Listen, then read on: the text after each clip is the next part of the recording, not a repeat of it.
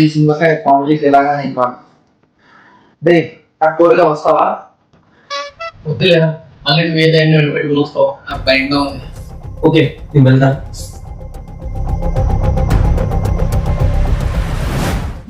ఏంటి ఇంకా రాలేదు? కొంపదీసి నిజంగానే పోయాడా? గట్టి పిండమే, లేట్ అయితే పోయామో అనుకున్నా. నిజంగానే పోయేవాడిని, ఆ దేవుడి దయ వల్ల బతికిపోయా. నిజమేలే. ఏది ఆ నిమ్మకాయ నువ్వు? నిజంగా స్వామి.